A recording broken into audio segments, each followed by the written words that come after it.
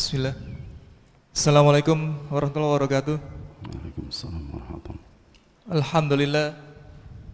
Hamdan katsiran thayyiban mubarakan fi kama yuhibbu rabbuna wa yarda. Wa asyhadu an la ilaha illallah wahdahu la syarika lah. Wa asyhadu anna Muhammadan abduhu wa rasuluh. Amma ba'd. Segala puji kita panjatkan kehadirat Allah Subhanahu wa taala, Zat yang maha tinggi di atas arsyana, yang atas nikmat dan taufiknya, alhamdulillah kita bisa berkumpul di masjid yang mulia ini dalam rangka menuntut ilmu agama. Selawat serta salam semoga tercurah dan terlimpah kepada Nabi kita, Nabi Muhammad sallallahu alaihi wasallam, beserta keluarga beliau, sahabat-sahabat beliau, dan orang-orang yang istiqomah mengikuti beliau hingga hari kiamat kelak. Amin. Alhamdulillah, hari ini kita lanjut kembali kajian rutin Kitab Tauhid bersama guru kita Ustadz Dr. Abu Islama Imanuddin. Sekarang memasuki bab ke-8, Ustadz ya? Ya. Dengan subtemanya Ruqyah versus pelet. Kami mengingatkan kepada seluruh jamaah yang hadir, mohon menjaga adab-adab majelis ilmu. Bagi yang membawa anak-anak mohon dikondisikan, dan juga ikatlah ilmu dengan tulisan. Kemudian untuk pertanyaan bisa melalui kertas atau WA di nomor 085 777770022 atau yang ada di poster kajian. Itu yang bisa kami sampaikan. Alhamdulillah Ustadz sudah ada di tengah-tengah kita. Kepada Ustadz, silakan untuk memulai kajian. Wassalamualaikum warahmatullahi wabarakatuh. Waalaikumsalam. Bismillahirrahmanirrahim. Assalamualaikum warahmatullahi wabarakatuh. Innal hamdalillah nahmaduhu wa nasta'inuhu wa nastaghfiruh wa na'udzu billahi min shururi anfusina wa sayyiati a'malina. Man yahdihillahu fala mudilla lahu wa man yudlil fala hadiya lahu. أشهد أن لا إله إلا الله وحده لا شريك له وأشهد أن محمدا عبده ورسوله. اللهم صل وسلم وبارك على نبينا محمد وعلى آله وصحبه أجمعين. يا أيها الذين آمنوا اتقوا الله حق تقاته ولا تموتن إلا وأنتم مسلمون. يا أيها الناس اتقوا ربكم الذي خلقكم من نفس واحدة وخلق منها زوجها وبث منهما رجالا كثيرا ونساء. واتقوا الله الذي تساءلون به والأرحام إن الله كان عليكم رقيبا. يا أيها الذين آمنوا اتقوا الله وقولوا قولا سديدا يصلح لكم أعمالكم ويغفر لكم ذنوبكم ومن يطع الله ورسوله فقد فاز فوزا عظيما. أما بعد، فإن أصدق الحديث كتاب الله وخير الهدي هدي محمد صلى الله عليه وسلم وشر الأمور محدثاتها وكل محدثة بدعة وكل بدعة ضلالة وكل ضلالة في النار. إخوة الإيمان والأخوات, kaum muslimin dan muslimat, a'azzana Allahu ayyakum. Alhamdulillah, di awal dari tahun 2026 ini kita bersyukur kepada Allah Subhanahu wa taala atas segala nikmat yang Allah karuniakan kepada kita sekalian, nikmat iman, nikmat Islam, nikmat ilmu dan juga amal saleh. Nikmat kita semuanya diberikan kesempatan hidup ini untuk talabul ilmi, sekaligus nikmat diberikan keistiqomahan kita di atas sunnah Nabi kita yang mulia sallallahu alaihi wasallam, yang tentunya kita berharap dan senantiasa berdoa kepada Allah Azza wa Jal agar kita terus terbimbing dalam kebaikan Islam ini hingga akhir hayat kita semuanya, dan kita dijumpakan kembali oleh Allah di surganya kelak. Amin, Allahumma amin. Salawat serta salam senantiasa kita sampaikan kepada baginda Rasulullah sallallahu alaihi wa alihi wasallam yang senantiasa kita cintai, senantiasa kita muliakan, senantiasa kita rindukan, dan senantiasa kita berharap semoga syafaatnya kelak sampai untuk kita semuanya, mendapati keselamatan di dunia dengan petunjuk-petunjuk beliau dan di akhirat dengan syafaat-syafaat beliau, hingga kita semuanya diizinkan ya oleh Allah Subhanahu wa taala untuk menerima balasan surganya. Karena sunnah Nabi kita mulia sallallahu alaihi wasallam agung. Tidak ada kata kecil, tidak ada kata remeh untuk sebuah sunnah Rasulullah sallallahu alaihi wasallam. Dan kewajiban kita sebagai umat adalah ta'zimus sunnah, yaitu mengagungkan sunnah Nabi kita yang mulia sallallahu alaihi wasallam. Untuk itulah ikhwatal iman, kita senantiasa mengucap salawat serta salam kita untuk beliau, keluarga dan juga sahabat-sahabatnya. Semoga ini menjadi jalan kebaikan kita semuanya, amin. Ikhwatal iman wal akhwat a'azani Allah, insyaallah jalla fi'ulah, tema bahasan kita yang kita angkat dari bab yang ke-8 dari apa yang ditulis oleh Syekhul Islam Muhammad ibn Abdul Wahhab rahimahullah ta'ala dalam kitab Tauhid alladhi huwa haqqullah 'alal 'abid, yaitu kitab Tauhid yang menjadi hak Allah atas hambanya atau kewajiban hamba kepada Allah Jalla fi'ula. Dalam bahasan kitab ini kita sudah menyelesaikan bab yang ke-7 di bahasan yang lalu, pembahasan yang berkaitan termasuk kesyirikan. Lubsul hilqah atau halqah wal khayt li raf'il bala atau daf'ih. Pada bulan yang lalu kita membahas tentang termasuk syirik orang yang mengenakan kalung ataupun gelang atau jahitan-jahitan tertentu dengan tujuan menolak bala. Ini adalah pembahasan yang secara umum oleh Syekhul Islam Muhammad ibn Abdul Wahhab rahimahullah, perkara disampaikan dengan kalimat minasyirki, termasuk kesyirikan, karena memang itu banyak dilakukan oleh masyarakat kita. Melakukan kesyirikan dengan sengaja tapi tanpa ilmu. Dia sengaja melakukannya tapi dia jahil, sehingga dia banyak melakukan perbuatan yang itu jelas kesyirikan, tapi kemudian menganggap hal itu biasa. Sebagian kita yang sudah ngaji kadang-kadang juga terjebak. Betapa banyak di antara kita yang mengenakan gelang entah terbuat dari kayu ya, yang banyak terjual. Saya kalau melihat jemaah umrah pulang sholat, dia datang ke toko-toko penjual gelang yang terbuat dari kayu ya, kayu yang ma'ruf di kalangan kita. Sebagian mereka mungkin awalnya hanya karena mencari aroma wangi dari kayu tersebut ketika dipakai, tapi sebagian yang lainnya ada tujuan yang lain,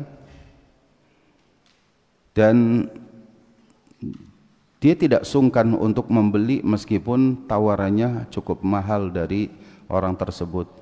Dia mengatakan bahwa Anda pakai gelang ini sebagai bagian daripada pengasihan, ataupun nanti pelet. Kalau pakai itu kayaknya gagah nampak gitu ya. Banyak itu terjadi.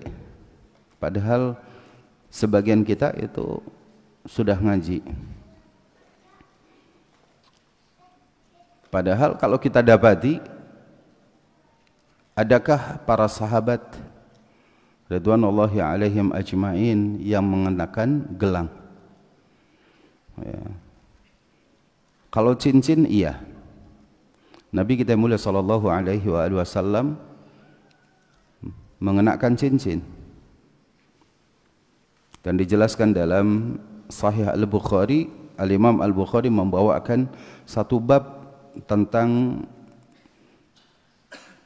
mengenakan pakaian, dan di dalam hadis-hadisnya terdapat penjelasan yang sangat panjang tentang bagaimana hukumnya mengenakan cincin, termasuk sunnah yang dibawakan oleh Nabi. Nabi mengenakan cincin. Tapi bagaimana cara mengenakan cincin tersebut juga banyak yang keliru di antara kita. Salah satu contoh misalkan bahwa cincin Nabi punya mata, ya, mata cincin Nabi itu. Dan di mata cincin itu tertulis Muhammad Rasulullah. Dan itu kalau menulis surat, beliau menekan pada kertas yang telah ditulis surat oleh sahabat dan tinggal ditekan oleh Nabi menggunakan cincin, mata cincin tersebut, dan dia terembos di situ. Tidak mudah itu hilang. Maka cincin Nabi itu sekaligus sebagai stempel beliau. Di mana masyarakat kita mengatakan cincin, mata cincinnya di bawah atau di atas? Di atas. Enggak mungkin Nabi pakai cincin stempel itu kemudian begini tangannya, ya kan? Tidak mungkin mau membalikkan. Jadi surat disodorin langsung Nabi menekan begini dan itu terembos di situ. Kalau kita pasti begini dong, karena mata cincinnya berada di atas. Itu pun keliru kita, ya. Dan mungkin kalau di antara kita mengenakan cincin, mata cincinnya di bawah malah dibilang aneh. Pada itu yang dilakukan oleh Nabi kita mulia sallallahu alaihi wasallam. Jadi banyak hal-hal seperti itu kita dapati. Banyak para jamaah umroh sengaja mencari gelang dan yang lain, tapi dengan tujuan tertentu. Bahkan sebagian mereka dihitung, ya, dihitung. Bahkan ada yang pesan secara khusus di situ, ya, sesuai dengan kode-kode dari tanggal lahirnya atau tahun lahirnya. Itu seperti itu. Nanti kita akan jelaskan kalau tujuan itu bisa untuk menolak bahaya, mendatangkan manfaat, maka ini masuk dalam kategori kesyirikan. Maka bab yang ketujuh dijelaskan babun minasyirik, termasuk bagian daripada kesyirikan. Mengenakan cincin atau gelang ataupun kalung dengan tujuan untuk menolak bahaya atau untuk mendapatkan manfaat dari itu. Sebagian kita juga meyakini bahwa batu giok yang kita pakai misalkan, ya, tapi dikenakan dibawa kemana-mana. Kan berapa tahun lalu muncul tuh. Jadi biar badannya sehat terus, itu gelang dipakai, kalung dipakai oleh kita kemana-mana. Ya. Ini juga bisa mendatangkan kesyirikan. Jika kita mengatakan karena sebab gelang itulah kita selalu sehat, itu jatuh pada kesyirikan. Tapi kalau misalkan batu giok ditaruh saja, ya, lalu ketika ada rasa sakit, batu giok tersebut ditempelkan di badan kita karena ada hawa panasnya misalkan, atau menghangatkan badan, ya, itu tidak mengapa. Ya, karena misalkan nanti dicontohkan di bab yang akan kita bahas, di antara ruqyah yang disyariatkan dari 7 cara meruqyah, nanti akan kita jelaskan. 1 dari 7 itu, 1 itu yang sebagian ulama membenci dan tidak mengatakan hal itu bagian daripada ruqyah karena tidak dicontohkan oleh Nabi kita yang mulia sallallahu alaihi wasallam. Tapi sebagian kita kemudian banyak yang melakukan demikian. Maka insyaallah tabaraka wa taala bahasan yang ingin kita bahas di poin yang ke-8 atau bab yang ke-8, qala Syekhul Islam Muhammad ibn Abdul Wahhab rahimahullahu taala, babun ma jaa fir ruqa wat tamaim. Bab yang menjelaskan tentang ar-ruqa. Ar-ruqa jamak dari ruqyah. Wat tamaim dan tamaim jamak dari tamimah. Kata peletnya nggak ada Ustadz di sini. Iya, itu masuk dalam hadis. Ya, dalam hadis yang akan kita bahas insyaallah, yaitu yang berkaitan dengan mana at-tiwalah. At-tiwalah itu pelet atau pengasihan. Masuk dalam hadis. Tapi judul babnya hanya 2 yang disebutkan oleh Syekhul Islam, babun ma jaa fi ar-ruqa wa tamaim. Bab yang menjelaskan tentang masalah ruqyah dan juga masalah at-tamaim, yaitu jimat-jimat.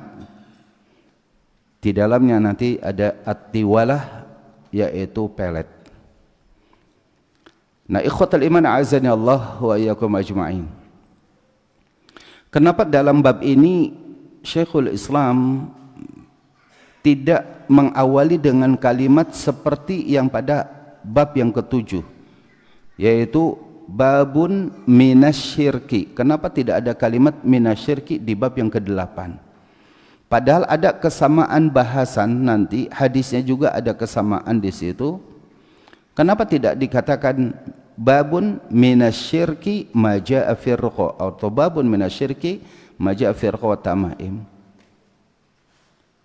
Jadi tidak ada kalimat minasyirki termasuk kesyirikan. Kata para ulama dalam syarah-syarah berkaitan dalam masalah ini, karena ternyata tidak semua ruqyah itu diperbolehkan, sebagaimana tidak semua ruqyah itu dilarang.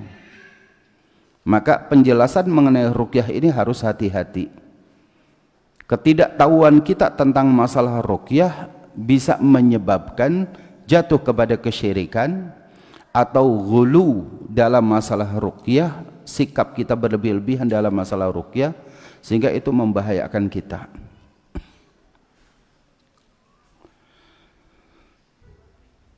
Diawali dari satu hadis yang diriwayatkan oleh Imam Al-Bukhari dan juga Imam Muslim dari sahabat Abu Bashir Al-Ansari radhiyallahu an, annahu kana ma'a Rasulillah sallallahu alaihi wasallam fi ba'di asfarihi, bahwasanya Abu Bashir Al-Ansari radhiyallahu an pernah bersama Rasulullah pada sebagian safar. Artinya pernah ikut dalam safar bersama Nabi kita yang mulia sallallahu alaihi wasallam.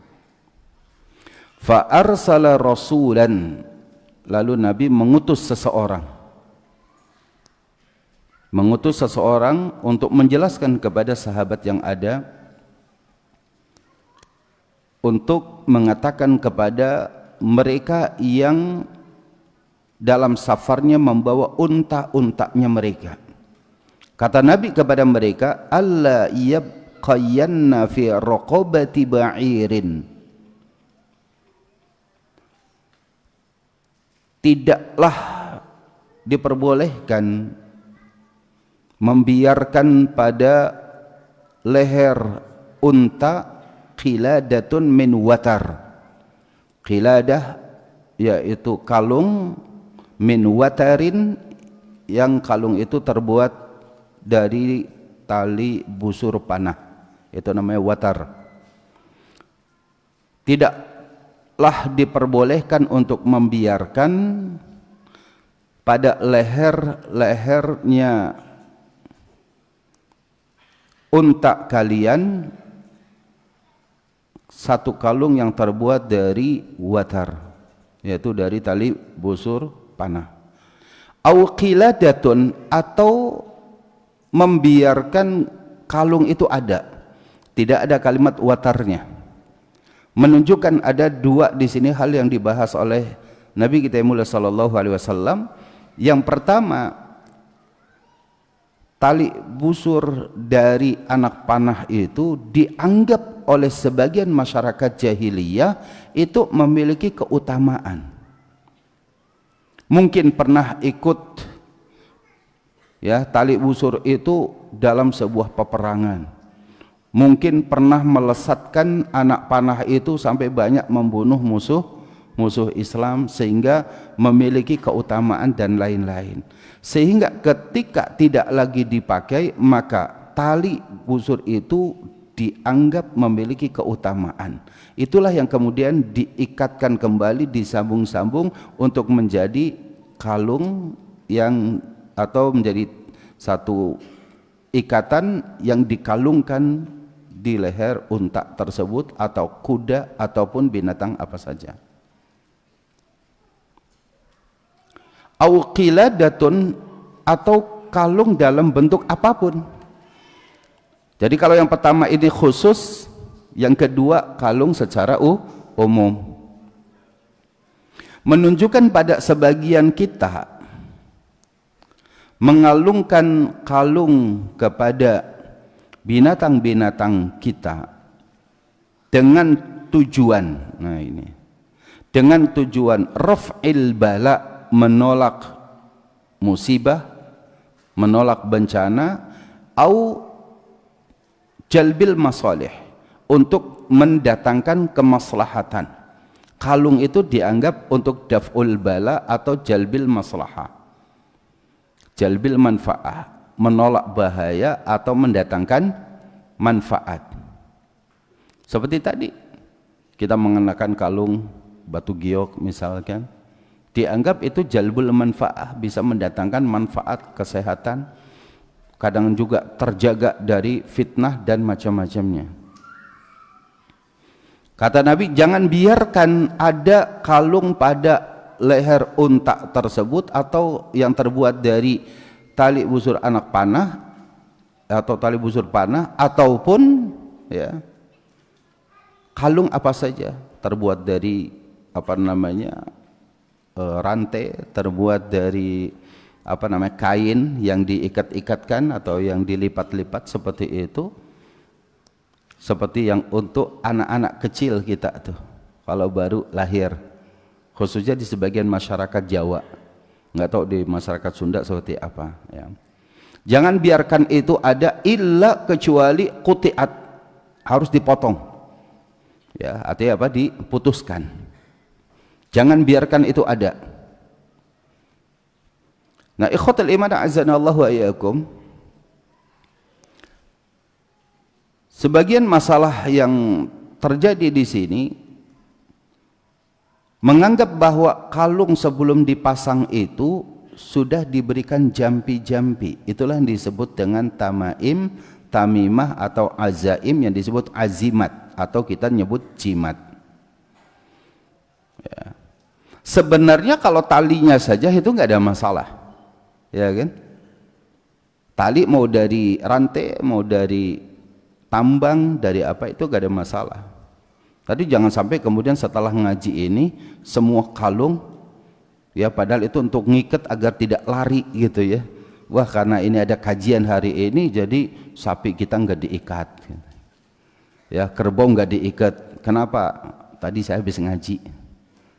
Enggak, kalau tujuannya tadi adalah daf'ul bala atau jalbil maslahat, untuk bisa, atau raf'il bala, menolak musibah, menolak bahaya, atau mendatangkan manfaat ya. Itu harus diputuskan tuh. Karena mungkin dianggap bahwa binatang-binatang itu dengan dikalungkan kalung-kalung tersebut yang sudah dijampi-jampi, jin tidak akan bisa mendekat ya. Dia akan apa, bisa sadar kalau ada orang yang akan mencurinya dan lain-lainnya. Nah, ini enggak boleh dilakukan hal demikian. Hadis yang kedua dibawakan oleh Fadilatul Syekh, yaitu hadis yang diriwayatkan oleh Imam Abu Dawud, Ibnu Majah, Imam Ahmad, dari sahabat Abdullah bin Mas'ud radhiyallahu an. Qala, ia berkata, sami'tu Rasulullah sallallahu alaihi wasallam yaqul, aku mendengar Rasulullah sallallahu alaihi wasallam bersabda, innar ruqa wat tamaima wat tiwalata syirkun. Sesungguhnya ruqyah-ruqyah, wat tamaim dan jimat-jimat, wat tiwalah dan pengasihan ataupun pelet, syirkun itu merupakan kesyirikan. Kalimat innar ruqa, sesungguhnya ruqyah, wat tamaim dan jimat, wat tiwalah dan pengasihan, syirkun itu kesyirikan. Seakan-akan kalau kita baca hadis ini kita meruqyah itu syirik. Ya. Karena kalimatnya umum, innar ruqa, sesungguhnya ruqyah. Berarti kalau kita meruqyah itu seakan-akan jatuhlah kita kepada kesyirikan karena hadisnya seperti ini. Wat tamaim dan jimat, seakan-akan kalau kita menggunakan jimat, nah itu langsung jatuh kepada kesyirikan. Padahal mesti ada penjelasan. Wat tiwalah dan mengenai at-tiwalah, ya, pengasihan ataupun pelet itu syirkun, mesti tetap harus ada penjelasan yang ada. Nanti kita akan jelaskan. Karena satu hadis dengan hadis yang lain ini memunculkan perbedaan pendapat di kalangan para ulama dalam masalah ini. Dalam masalah ruqyah, dalam masalah azimah atau jimat, ataupun dalam masalah berkaitan dengan jampi-jampi, berkaitan dengan bacaan-bacaan yang tujuannya adalah pelet. Hadis yang ketiga kita bawakan terlebih dahulu, yaitu hadis yang diriwayatkan oleh Imam At-Tirmidzi dan juga Imam Ahmad, dihasankan oleh Syekh Al-Albani rahimahullah, yaitu dari sahabat Abdullah ibni Ukaim marfu'an, secara marfu' Rasulullah sallallahu alaihi wasallam bersabda, man ta'allaqa syai'an wukila ilaihi. Yang ketiga, barang siapa yang menggantungkan sesuatu, barang siapa yang menggantungkan sesuatu, wukila ilaihi, maka dia akan dibiarkan bersandar kepada sesuatu yang ia gantungkan tersebut. Hadis ini pun bisa berlaku umum. Kita menggantungkan tulisan ataupun kata Allah dalam bentuk gantungan kunci misalkan, atau kalimat kata Muhammad lalu ditaruh di depan kaca mobil kita, kan ada tuh banyak tuh seperti itu ya. Maka Allah akan memberikan kepada orang itu penyandarannya kepada itu, kepada gantungan yang tulisannya Allah atau apa? Tulisannya Muhammad. Apa ia mutlak seperti itu diperbolehkan atau secara mutlak itu dilarang? Ini perlu penjelasan panjang di kalangan para ulama. Termasuk di sini ta'liq, menggantungkan ayat-ayat Al-Qur'anul Karim.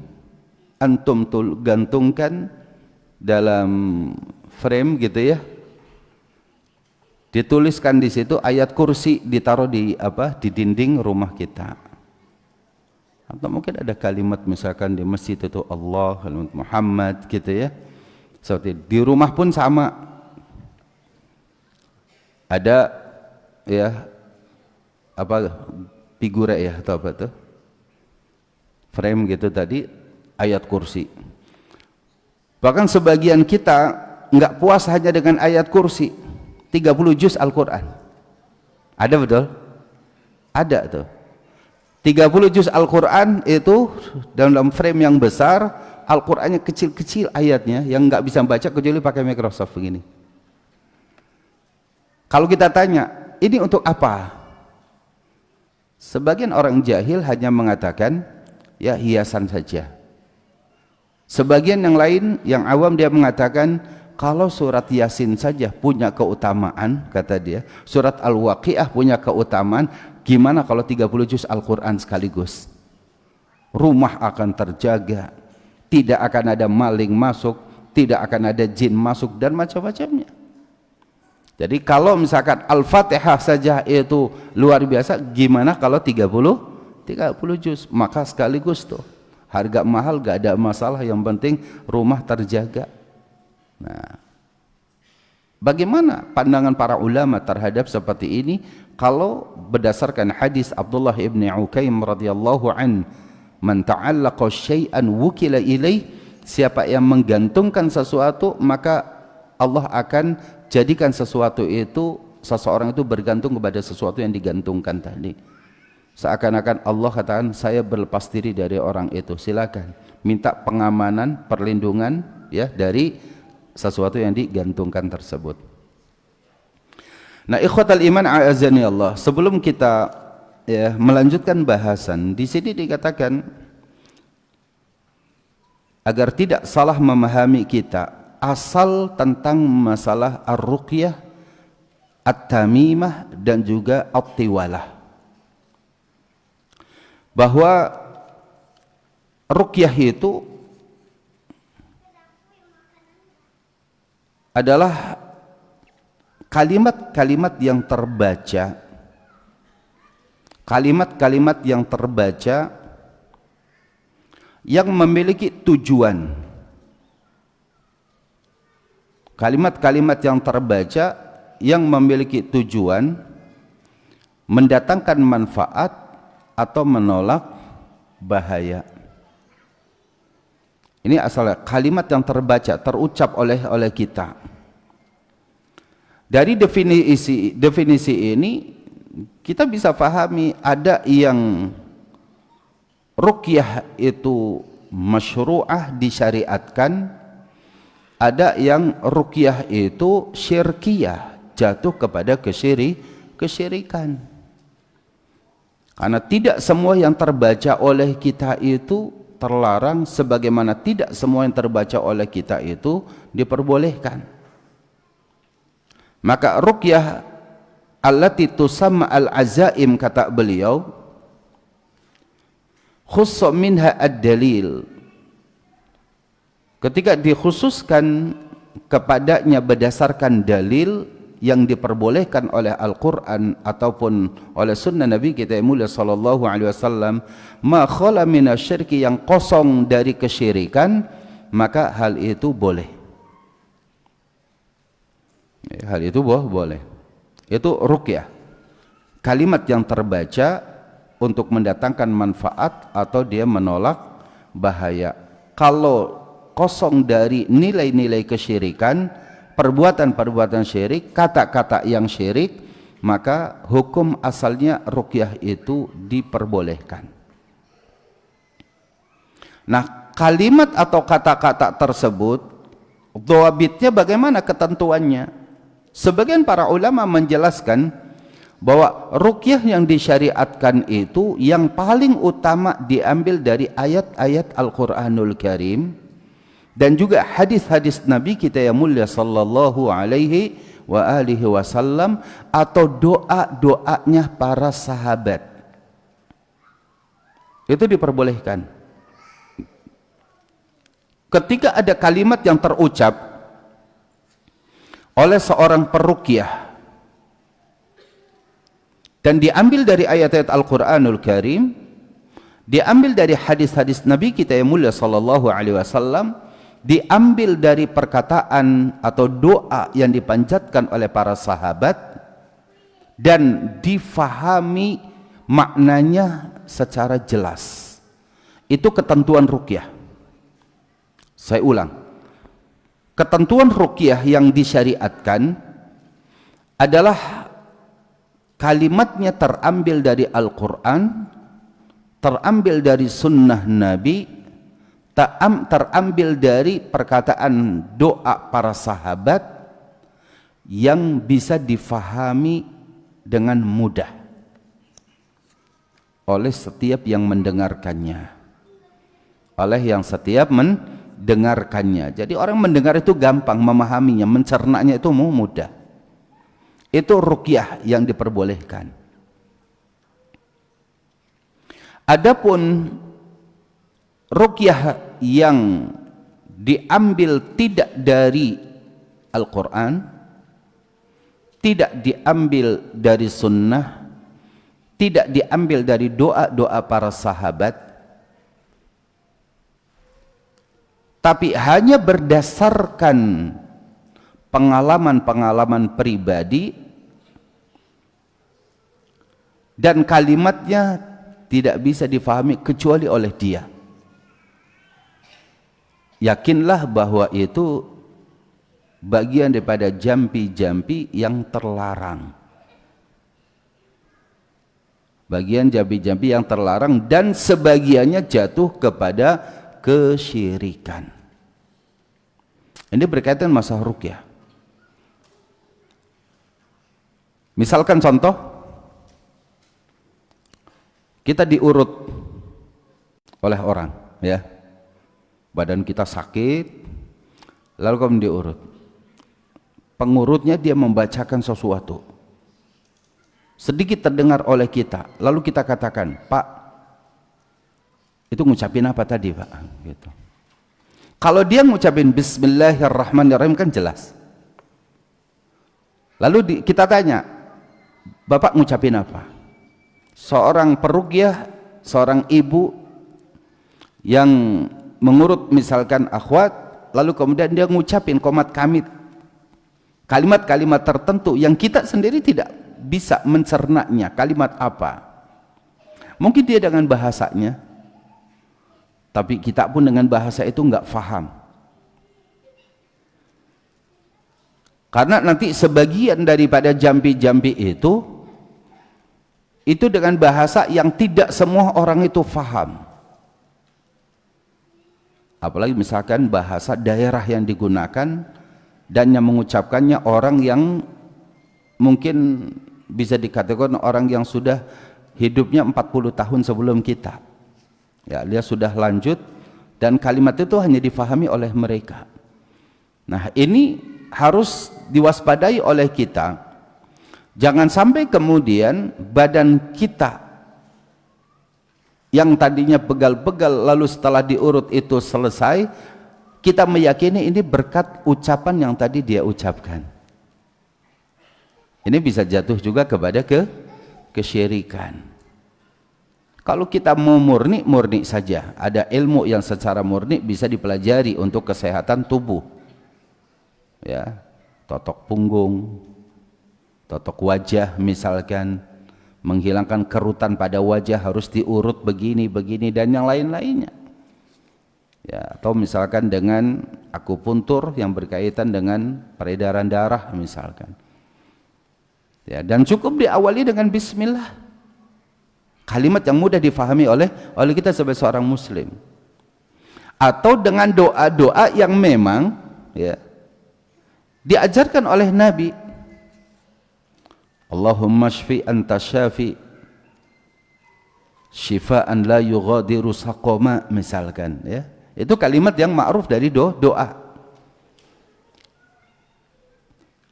Itu bisa difahami oleh kita dan itu bukan bagian dari kesyirikan. Itulah namanya ruqyah syar'iyyah, ya. Sebagian kemudian nanti berlebih-lebihan dalam memahami masalah ruqyah ini. Yang pertama, al-ghulu fi ruqyah, sikap berlebih-lebihan dalam masalah meruqyah ini, menganggap bahwa kita tidak mampu meruqyah. Ini ghulu. Menganggap bahwa kita ini tidak mampu meruqyah. Kita maksudnya itu adalah setiap muslim. Padahal meruqyah itu yang paling pendek kalimat yang terucap adalah membacakan surah Al-Fatihah. Dan seorang muslim pasti tahu surat Al-Fatihah. Tidak ada muslim yang tidak faham surat Al-Fatihah. Itu ruqyah. Sehingga ruqyah itu setiap kita bisa mengamalkannya, ya. Kita sakit kepala, ya, sebelah kanan sakit kepala kita. A'udzu billahi minasyaitonir rajim. Bismillahirrahmanirrahim. Alhamdulillahi rabbil alamin. Arrahmanir rahim. Maliki yaumiddin. Iyyaka na'budu wa iyyaka nasta'in. Ihdinas siratal mustaqim. Siratal ladzina an'amta 'alaihim ghairil maghdubi 'alaihim waladdallin. Masih pusing, tempelkan lagi tangan kita, Al-Fatihah lagi, masih pusing lagi, tempelkan lagi gitu. Nggak cukup sekali kita meruqyah, karena keimanan kita jauh dari keimanan para sahabat. Ustaz, saya baca dalam hadis seorang sahabat dalam sebuah safar mengobati seorang pemimpin kaum terkena sengatan binatang berbisa sampai membiru, sudah tuh racun pada sekujur tubuhnya. Dibacakan oleh seorang sahabat Al-Fatihah sekali, langsung reda semuanya, kembali normal lagi. Manis sahabah? Siapa itu sahabat? Dan siapa kita? Ya kan? Keimanan setinggi apa? Setinggi gunung, sekuat karang di tengah lautan. Kita bagaikan debu yang kadang sebagian kita pagi beriman, sore kadang-kadang keimanan kita turun. Lalu kemudian membaca satu kali Al-Fatihah itu dianggap ruqyah yang harus langsung sembuh, dan kemudian kita mengatakan kalau nggak sembuh berarti ini ruqyahnya nggak benar. Bukan ruqyah nggak benar, keimanan kita, ya, keimanan kitanya yang kurang. Makanya ruqyah itu berlebih-lebihan kalau ada orang mengatakan bahwa ruqyah itu menjadi profesi seseorang. Enggak. Maka enggak perlu Anda datang ke ruqyah Bekam, ruqyah center dan segala macamnya, enggak. Antum punya Al-Quranul Karim. Apa iya para peruqyah yang bekerja di BRC itu, Bekam Ruqyah Center di beberapa tempat yang ada, keimanannya lebih tinggi dari antum sekalian? Belum tentu. Mungkin ada di antara antum yang lebih hebat, lebih dahsyat dari itu. Maka setiap muslim itu bisa meruqyah dirinya sendiri. Tinggal kita yakinkan diri kita bahwa apa yang kita baca ini benar. Wah, tapi dia bisa, Ustaz. Jin yang ada dalam tubuh orang itu bisa diusir. Bisa jadi dia sendiri yang naruh jinnya. Penipu-penipu di zaman saat ini begitu banyak. Ya. Jangan datang ke tempat-tempat itu antum. Bahaya. Antum baca di rumah sendiri. Kalau bingung gimana caranya, nanti akan kita jelaskan. Ya, paling tidak 6 cara bisa antum jelaskan, bisa antum praktekkan. Tidak perlu datang. Apalagi kemudian ditarifkan. Ini yang kedua kesalahan lagi. Maka ini ghulu, sikap berlebih-lebihan. Orang mengatakan bahwa saya tidak bisa meruqyah. Wallahi tidak. Ini kalimat yang tidak benar. Setiap kita bisa menjadikan Al-Quranul Karim sebagai syifaan, sebagai obat. Bahwa Al-Quran diturunkan itu syifa lima fis sudur, untuk menjadi obat penawar bagi penyakit-penyakit yang ada dalam diri kita semuanya. Kalau antum sampai datang ke tempat itu, kerugian yang sangat besar bagi kita. Antum akan keluar dari 70.000 golongan yang masuk surga tanpa hisab, tanpa azab. Setiap kita memilikinya. Tapi jika kemudian kita diminta, nah beda nih hukumnya. Kita diminta. Karena mungkin orang menganggap bahwa kita lebih alim, mungkin lebih soleh dari dia, mungkin kita dianggap lebih baik dari dia. Ini dugaan dia, betul gak? Kitanya tidak menduga itu. Mungkin dia lebih baik dari kita, tapi dia menganggap kita lebih baik. Kenapa? Karena setiap kita punya aib. Setiap kita punya aurat, setiap kita punya kecacatan. Yang kalau kemudian itu dibuka di hadapan kita semua oleh Allah Jalla wa'ala, maka tidak akan pernah orang bisa duduk bersama dalam sebuah majelis. Makanya ada orang menganggap seseorang, oh si fulan Masya Allah dia orang yang sangat baik, yaitu dugaan dia. Maka kita dilarang la nuzaki alallahi ahad, ya, la nuzaki alallahi ahada. Tidak boleh kita menganggap suci orang lain, karena Allah yang maha mengetahui. Fala tuzakku anfusakum, jangan kalian sucikan diri kalian, atau jangan kalian menganggap diri kalian lebih suci. Kullu bani Adam khata'un wa khairul khata'in at-tawwabun. Setiap anak Adam itu pasti khata'. Khata' itu bukan sekedar khoti. Kalau khoti itu hanya dia berbuat salah. Khata' itu banyak salahnya. Tukang berbuat salah itu anak Adam. Ya. Nanti dijelaskan tentang masalah di akhir zaman nanti, atau pada saat hari kiamat terjadi, ketika umat dibangkitkan dari kubur-kubur mereka. Yang dibangkitkan pertama kali adalah umat Nabi kita Muhammad sallallahu alaihi wasallam, lalu umat-umat yang lain. Umatnya Nabi Adam datang kepada Nabi Adam mengatakan, ya Adam ishfi' lana, ya Adam berikanlah syafaat kepada kami. Apa kata Adam alaihi salam ketika umatnya mengatakan, anta abuna wa anta abul bashar jami'a, engkau adalah ayah kami dan engkau adalah apa, ayah dari seluruh manusia yang ada. Ishfi' lana, berikan syafaat kepada kami. Apa kata Adam alaihi salam? Lastu bi sahibi dzalik, aku bukan orang yang pantas engkau minta itu. Bukankah ukhrij, aku dikeluarkan minal jannati, dari surga, karena sebab aku berbuat salah, berbuat dosa. Nah itu ketawaduan Adam alaihissalam. Dia merasa pernah berbuat salah, sampai diturunkan oleh Allah di surga yang penuh dengan kenikmatan, turun ke dunia yang penuh dengan kesulitan dan kefanaan ini. I'ti ila Ibrahim alaihissalam khalilullah, datang kalian semua kepada putraku, ibni Ibrahim, kepada anakku, yaitu Nabiullah Ibrahim alaihi salam. Khalilullah, dia adalah kekasih Allah azza wa jalla. Mereka semua datang ke Nabiullah Ibrahim, sampai kemudian apa kata Nabi Ibrahim? Lastu bi sahibi dzalik, aku bukan orang yang pantas memberikan itu.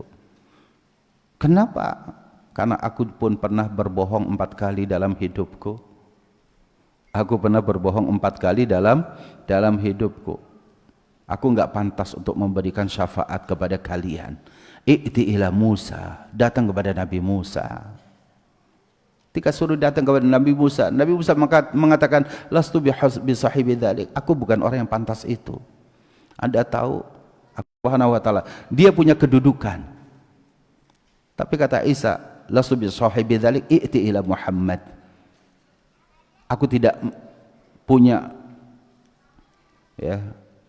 kemampuan seperti itu, tapi datanglah kepada Nabi Muhammad sallallahu alaihi wasallam dengan menyebutkan seluruh kebaikan-kebaikan Nabi kita Muhammad sallallahu alaihi wasallam. Maka Nabi pun pergi menghadap Allah Subhanahu wa taala, bersujud di bawah arasy-Nya Allah azza wa jal.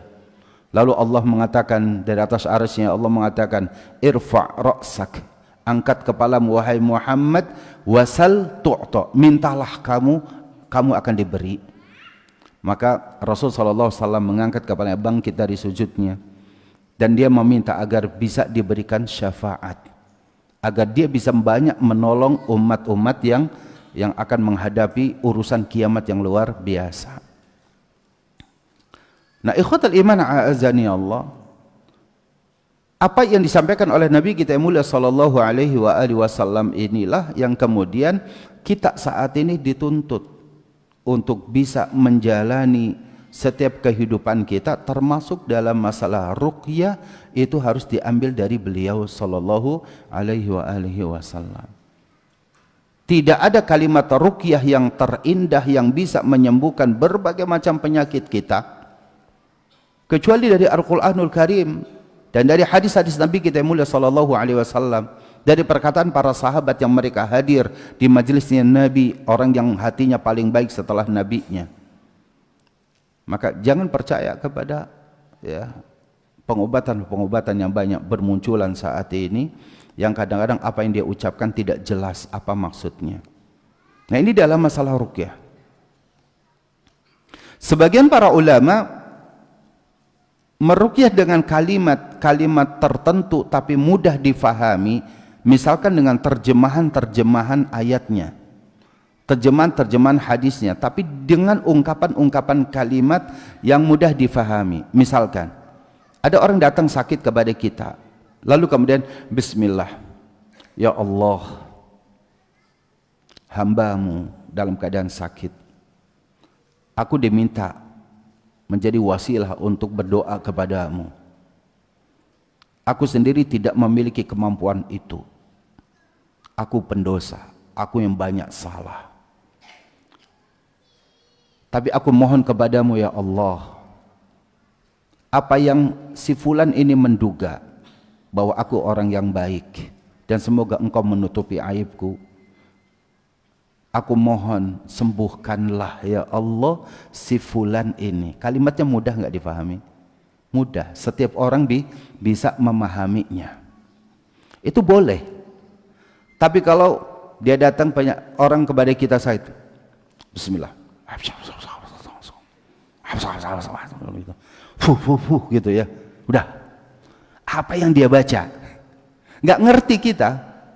Atau pakai bahasa-bahasa gaul daerah-daerah, ya kita nggak paham maksudnya itu apa. Lah, tinggalkan mulai hari itu, jangan datang lagi ke tempat-tempat itu. Pertama, ketika kita datang ke situ menganggap orang itu baik, tapi ternyata dia meruqyah dengan jambi-jambi yang nggak bisa kita pahami, keluar dari situ atau sebelum itu cukup. Baik Pak, makasih. Kalau Bapak tidak meruqyah dengan ayat dengan ini, terima kasih, saya pamitan. Keluar dari situ istighfar Pak.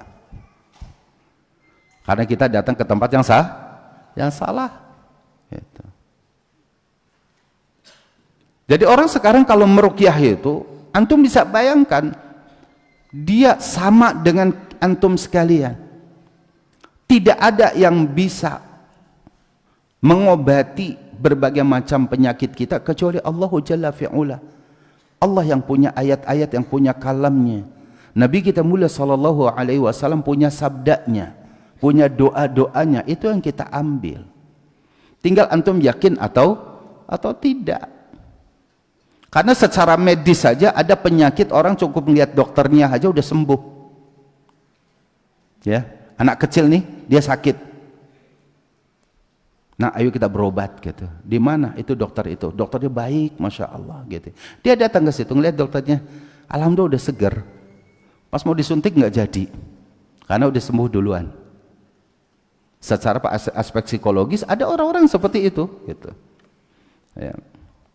Tapi ada orang yang dia awalnya sakitnya biasa, datang ke dokter karena wajahnya itu mengerikan, nakut-nakutin terus, akhirnya datang pulang itu nambah sakit, belum disuntik udah nambah sakit, pengen ganti dokter yang lain misalkan. Ini kadang-kadang juga ada seperti itu. Nah, ikhwatal iman a'azanallahu wa iyyakum ajma'in.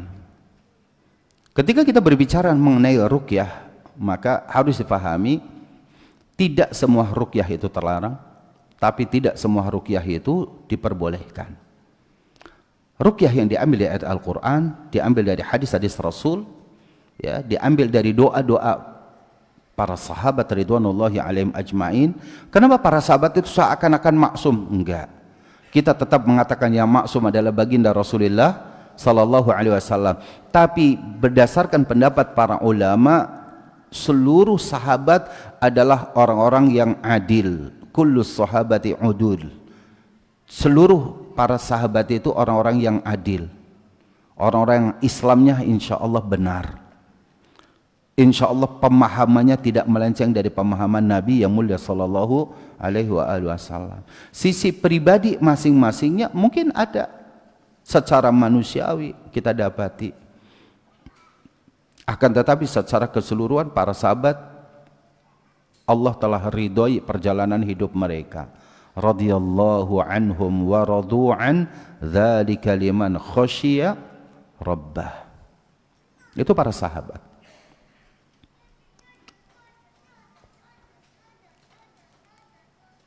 Adapun kemudian ruqyah yang tidak disyariatkan tadi adalah yang kalimat-kalimat terucap itu tidak bisa difahami oleh kita, apalagi itu diambil dari ya selain ayat, selain hadis. Itu maka hati-hati di situ. Itulah yang kemudian sebagian masuk dalam kalimat tamaim. Apa itu at-tamaim? At-tamaim atau tamimah itu adalah sesuatu yang digantungkan, dikalungkan, baik pada anak-anak. Ini awalnya tamimah, itu awalnya itu ya, sesuatu yang dikalungkan di leher anak-anak, itu awalnya untuk mencegah terkena ain atau gangguan jin ya. Apakah itu kemudian secara mutlak dilarang? Nah, disinilah pembahasan para ulama sangat penting. Kenapa masalah sesuatu yang dikalungkan kepada anak-anak itu kemudian perkara yang harus diperhatikan oleh kita? Sebagian para ulama di sini dijelaskan oleh Syekhul Islam, idza kana al-mu'allaqu minal Qur'an, apabila yang dikalungkan itu dari Al-Qur'anul Karim, dari ayat Al-Qur'anul Karim, farakhasa fihi ba'dus salaf, sebagian para ulama salaf itu memberikan keringanan atas kebolehannya, meskipun ini tetap dalam catatan. Wa ba'duhum lam yurakhis fihi, sebagian para ulama tidak memberikan keringanan terhadap sesuatu yang dikalungkan tersebut, meskipun itu dari ayat Al-Qur'anul Karim. Wa yaj'aluhu minal manhiyyi anhum, dan dijadikan sesuatu yang terlarang darinya. Siapa sahabat yang melarang ini? Salah satunya adalah Abdullah bin Mas'ud radhiyallahu an. Seperti yang tadi sudah dibawakan dalam hadisnya ya, bahwa itu masuk dalam kategori syirkun. Innar ruqa wat tamaim wat tiwalata syirkun. Ini riwayat hadis ini dibawakan oleh Abdullah bin Mas'ud, sehingga beliau tidak memberikan keringanan atas kebolehan orang menggantungkan sesuatu atau mengalungkan sesuatu pada leher anak, pada leher binatang-binatang piaraan tertentu dengan maksud untuk menolak bala atau mendatangkan manfaat. Abdullah bin Mas'ud tidak ya memberikan keringanan seperti itu. Jadi ini pun berbeda pandangan di kalangan para ulama. Akan tetapi pendapat yang lebih cenderung kita untuk kehati-hatian, maka kalau kita menggunakan ya azimat tadi, maka sebaiknya itu tidak dilakukan oleh kita untuk menjaga kemuliaan ayat-ayat Al-Quran dan hadis-hadis Nabi. Ketika dikalungkan dalam bentuk tulisan kertas, misalkan kertas itu dilipat kecil, lalu digulung dengan kain putih, lalu kemudian dibuatkan ikatannya dari kain juga, di situ ada tulisan ayat Al-Quran atau hadis Nabi. Itu yang dibawakan oleh orang-orang tua kita ketika anak kita sudah memasuki usia yang sudah mulai bisa berjalan ya. Sebagian mereka berpendapat bahwa ini diperbolehkan oleh para ulama salaf ya, dengan mengalungkan seperti itu atau menggantungkan seperti itu. Itu juga sebagian yang membolehkan bahwa ada ayat kursi yang digantungkan di dinding ya, ataupun misalkan ayat-ayat Al-Quran, hadis-hadis Nabi digantungkan di dinding, lalu kemudian berdasarkan pendapat sebagian para ulama salaf ya, sebagian para ulama salaf. Kenapa alasan yang membolehkan itu? Karena para ulama salaf berpendapat pengobatan melalui ayat Al-Quran itu secara mutlak itu diperbolehkan, karena Al-Quran turun sebagai obat dan penawar terhadap berbagai macam penyakit yang ada pada diri kita. Atas kebolehan secara mutlak ini tidak dijelaskan oleh Allah Subhanahu wa taala ya, berkaitan dengan pelarangannya. Allah turunkan Al-Qur'an itu menjadi obat. Apakah itu dengan dibaca ataukah itu kemudian dengan digantungkan? Ya, ini secara mutlak sehingga sebagian para ulama membolehkan itu. Berlawanan juga itu dengan apa? Dengan memajang foto-foto dari makhluk yang bernyawa. Itu diharamkan. Maka mereka membolehkan tulisan-tulisan itu, baik kaligrafi maupun yang lainnya, itu di dinding-dinding mereka. Tapi pendapat yang paling dekat pada kebenarannya, wa huwa aslam wa aqwam, pendapat yang paling menyelamatkan kita semuanya untuk tidak menjadi jalan berlaku kesyirikan, orang bertawakal kepada apa? Kepada yang dikalungkan, yang digantungkan. Maka pendapat yang paling menyelamatkan kita adalah dengan meninggalkannya. Tidak mengalungkan atau menggantungkan sesuatu meskipun itu dari ayat-ayat Al-Quran atau dari hadis atau dari doa-doa Nabi dan para sahabat. Nah, ini berkenaan dengan masalah al-azimah ya. Ya, mengenai apa namanya rajah-rajah yang ada gitu ya. Itu jelas mutlak tidak diperbolehkan. Yang terlarang seperti menuliskan isyarat-isyarat tertentu, rumus-rumus tertentu yang tidak ada bisa memahaminya kecuali dia. Bahkan sebagian mereka juga nggak paham apa yang ditulis. Ya, seperti misalkan dibikin kotak tulisan, ada berapa kotak, tulis di sini Allah, Muhammad, Abu Bakar, kemudian Umar, lalu huruf-huruf hijaiyah dimasukkan di situ, lalu angka 1, 2, 3 dan yang lainnya. Itu rajah-rajah namanya. Tertulis di kertas-kertas, lalu dilipat kecil-kecil, dianggap bahwa dengan rajah-rajah ini maka orang bisa terselamatkan dari ain, orang terbebaskan dari musibah dan lain-lainnya. Sebagian yang lain, rajah-rajah ini tidak ditulis di atas kertas. Lalu ditulis di mana, Ustaz? Ditulis menggunakan silet di punggung, ya, di badan-badan. Bahkan sebagian yang sudah merasa kebal